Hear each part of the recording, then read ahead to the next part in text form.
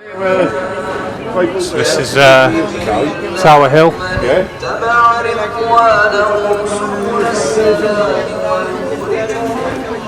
Bloody hell. Can't have a day off, can we?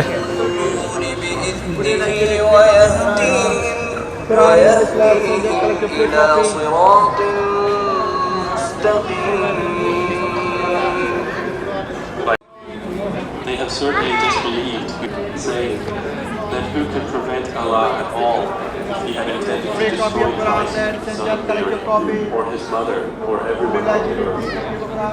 To Allah belongs the dominion of the heavens and the earth, and whatever is between them.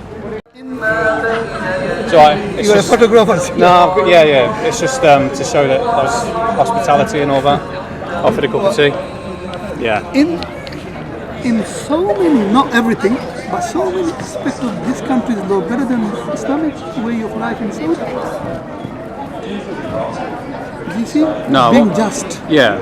Being just with regardless of race and country. If you go to the justice of this country court, you will be. Right, so that's a small bit of video footage from Tower Bridge, Tower Hill station. So I got off and then obviously walked out to be met by call to prayer from the Muslim, a couple of Muslim lads. And the thing is, at first I thought effing hell, you just can't have a day off. I even said it to him when he was trying to hand me a Quran. We can't have a day off, can we? I can't just come to London and not being bombarded by somebody trying to force their message or opinions onto me. And I walked up to the little embankment, sandy embankment, and filmed from there. And I was going to do what I'd normally do, which is just walk away. But I thought, at some point, we need to start discussing these matters with these people rather than just shaking our heads and walking off. Because I even said to them, the vast majority of people walking past you now won't agree with this, won't agree, and it feels like we're being colonised. But every single one of them will just walk past and shake their heads. So anyway, I decided to have a chat with him, and to be quite honest, I agreed with a lot of what he had to say with regards to our own culture. So, for example, one of the things I said was, we're not a Christian country anymore, which is correct. We're not. I mean, there might be some elements left, well, like weddings, funerals, but we've kind of rejected our Christian roots, which built English civilization. Paganism didn't build English civilization. We were pagan originally, I totally agree. Back in the days of Boudica and maybe all the way up until 1066, there were still pagans around. And then Christianity was forced onto us quite brutally for a long period of time. But it created one of the most amazing civilizations we've ever seen. And when we've rejected it, we've descended into a complete world of hedonism and materialism, which I'm slightly guilty of myself. But what do you expect me to do? I'm in this open prison with everybody else.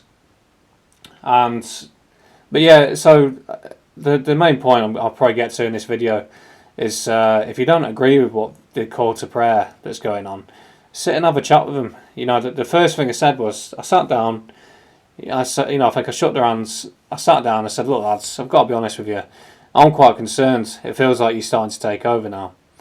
And the thing is, I've spoken to a lot of Muslims in my lifetime, and they are extremely good at rambling. The lad I was talking to, bloody hell, he could talk. He's from Bangladesh.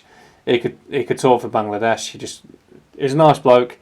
And one thing I have to say is, when you look into the eyes are the windows to the soul, a lot of British people's eyes now, after the events of 2020 up till 2024 and all the conditioning that took place from the events in New York onwards, there's a very glazed over look in a lot of people's eyes now.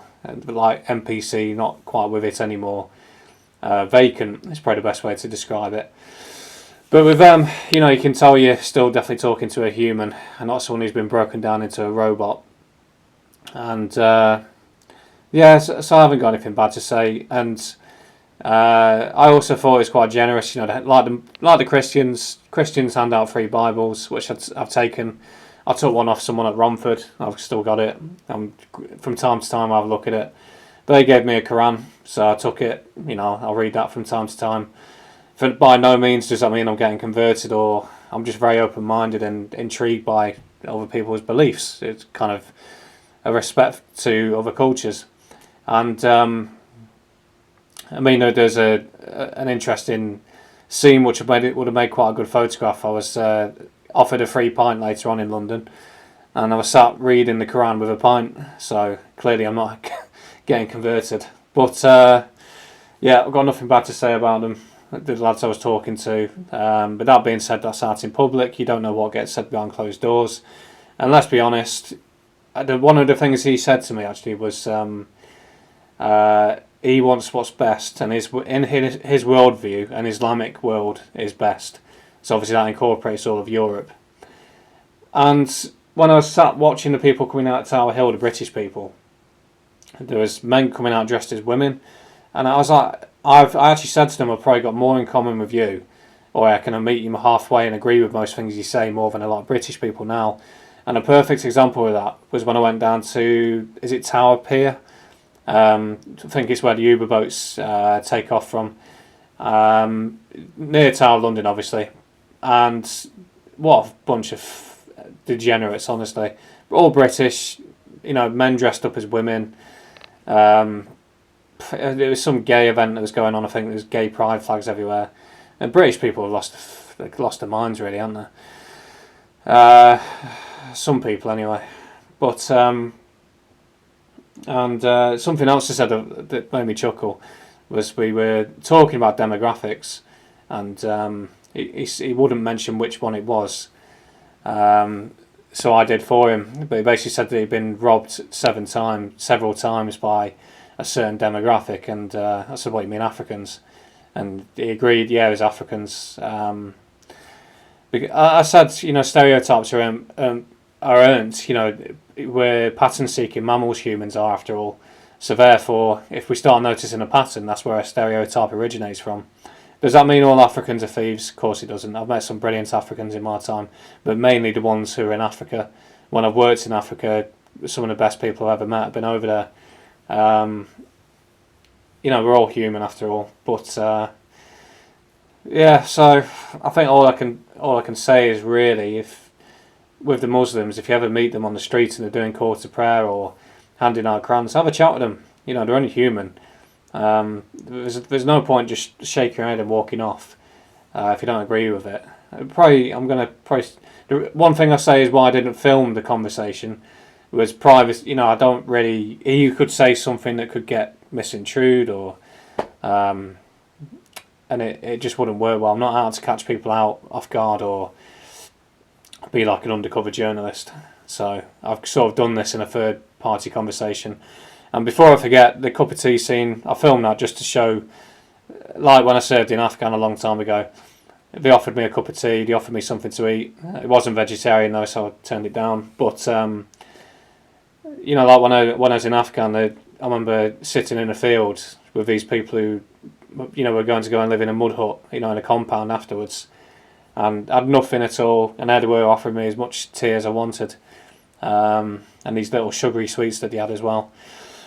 So, and there's no end of good circumstances can give with Afghan, with people doing good things for people.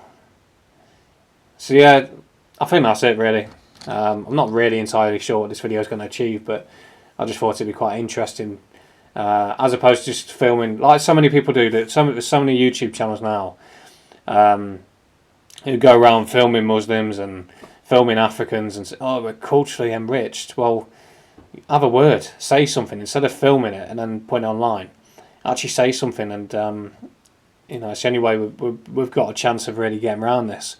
We're not going to achieve anything by just secretly filming and walking off. So maybe next time I will film the conversation. But anyway, I think that'll do. I can't really think anything else to say on the matter. So, cheers.